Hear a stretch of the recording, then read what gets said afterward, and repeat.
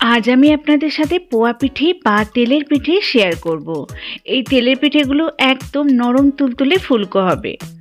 আর এই নরম তুলতুলে ফুলকো পিঠেগুলো বানানো একেবারেই সহজ। আপনারাও খুব সহজেই বাড়িতে বানিয়ে নিতে পারবেন। নমস্কার, আমি সুনন্দা। আপনাদের সবাইকে আবারও একটা নতুন স্বাদের রেসিপিতে স্বাগত। ভিডিওটির শুরুতেই একটা লাইক দেওয়ার অনুরোধ রইল। আর ভালো লাগলে প্লিজ আমার চ্যানেলটাকে সাবস্ক্রাইব করে আমার পাশে থাকবেন। পাশে থাকা বেল আইকনটা প্রেস করে নেবেন, তাহলে আমার নতুন রেসিপির আপডেট সবার আগে পৌঁছে যাবে আপনার কাছে। তো চলুন তেলের পিঠে বানানো শুরু করা যাক। সবার প্রথমে একটা মিক্সিং বোলের মধ্যে নিয়ে নিচ্ছি চালের গুঁড়ো। আমি এখানে 1.5 কাপ পরিমাণ চালের গুঁড়ো নিয়েছি।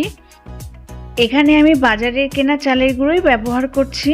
আর এর মধ্যে দিয়ে দিচ্ছি 1/2 কাপ পরিমাণ ময়দা, আর দিচ্ছি 1 চিমটে নুন। যে কোনো মিষ্টি রেসিপিতে একটু নুনটা দিলে টেস্টের ব্যালেন্সটা ঠিক থাকে।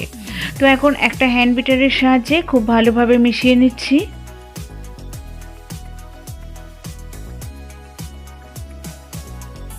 খুব ভালো মতো মেশানো হয়ে গেলে এর মধ্যে মিষ্টির জন্য দিয়ে দেবো খেজুরের গুড়। খেজুরের গুড়টা আমি আগে থেকে জল দিয়ে ফুটিয়ে গুড়টাকে গলিয়ে রেখেছিলাম। গুড়টা সামান্য গরম আছে, আঙুল ডোবানো যাবে এমন গরম। এই অবস্থায় গুড়টা দিয়ে দিতে হবে, তবে বেশি গরম দেয়া যাবে না। এখানে খেজুরের গুড় দিয়েছি 2/3 কাপ।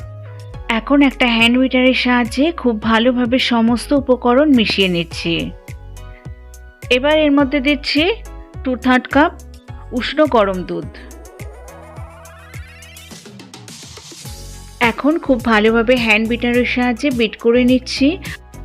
তবে উষ্ণ গরম দুধটা একবারে আমি দেব না, অল্প অল্প দিতে থাকবো আর মেশাতে থাকবো। আপনারা দেখুন মিশ্রণটা কিন্তু বেশ ঘন হয়ে গেছে।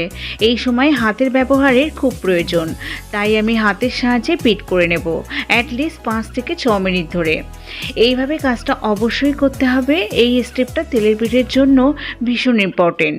এটা না করলে তেলের পিঠে পারফেক্ট ফুলবে না।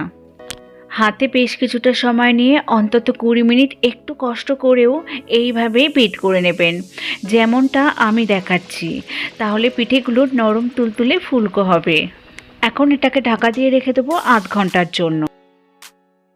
1/2 ঘন্টা হয়ে গেছে, এখন ঢাকাটা ওপেন করে নিচ্ছি। এখন কিন্তু ব্যাটারটা একটু ঘন হয়ে গেছে।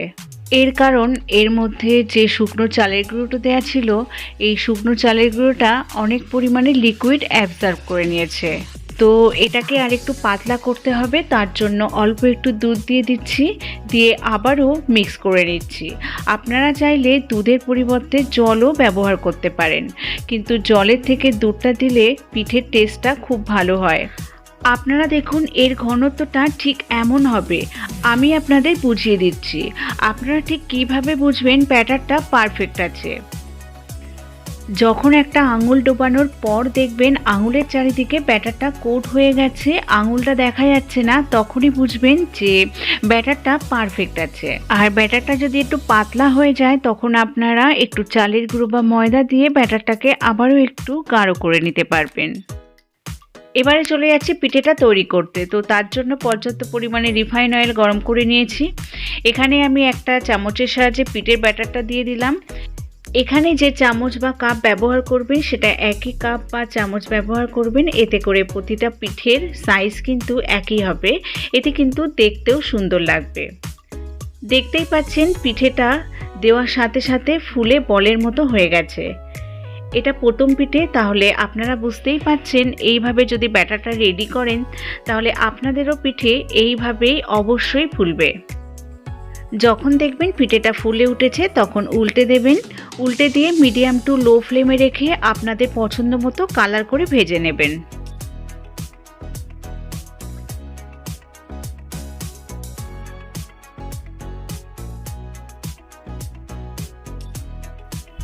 আপনারা দেখুন পিঠেটার বেশ সুন্দর একটা কালার চলে এসছে। তো পিঠেটা একেবারেই তৈরি হয়ে গেছে। আমি এখন পিঠেটা তেল ঝরিয়ে একটা পাত্রে তুলে নিচ্ছি। এখন আমি আবারও একটা পিঠে তৈরি করে দেখাচ্ছি। আপনারা দেখুন প্রতিটা পিঠে কত সুন্দর ফুলে বলের মতো হয়ে যাচ্ছে। তো আপনারাও বাড়িতে বানিয়ে দেখতে পারেন।